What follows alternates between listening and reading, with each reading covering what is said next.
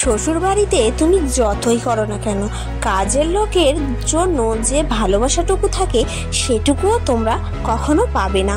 সেরকম সব মানুষের ক্ষেত্রেই হয়।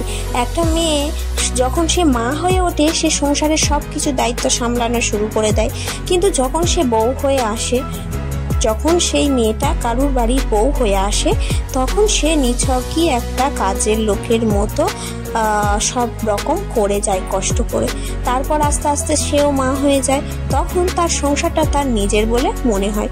সেরকম যেসব শাশুড়িরা আছেন প্রতিনিয়ত বলতে থাকেন যে বউটা বিয়ে করে এসছে, কিছু করে না, কিছু করে না, কিছু করে না, তাদের জন্য এই ভিডিওটা।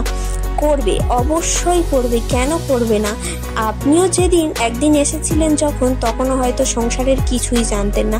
আপনিও ধীরে ধীরে যেমন সব কিছু গুছিয়ে নিয়েছেন, তেমন আপনার বৌমাও কিন্তু ধীরে ধীরে গুছিয়ে নেবে। শুধু সময়ের অপেক্ষা, আর সেই সময়টুকু তাতে দিতেই হবে। আপনার মেয়েকে যদি বা পরের বাড়িতে পাঠান, হ্যাঁ সব কিছু শিখিয়ে পাঠাচ্ছেন, এটা করবে ওটা করবে, কিন্তু এখানে কি তাকে হাতে ধরিয়ে সব কিছু শিখিয়েছেন? হ্যাঁ, শেখালেও বা অল্প সামান্য মাত্র।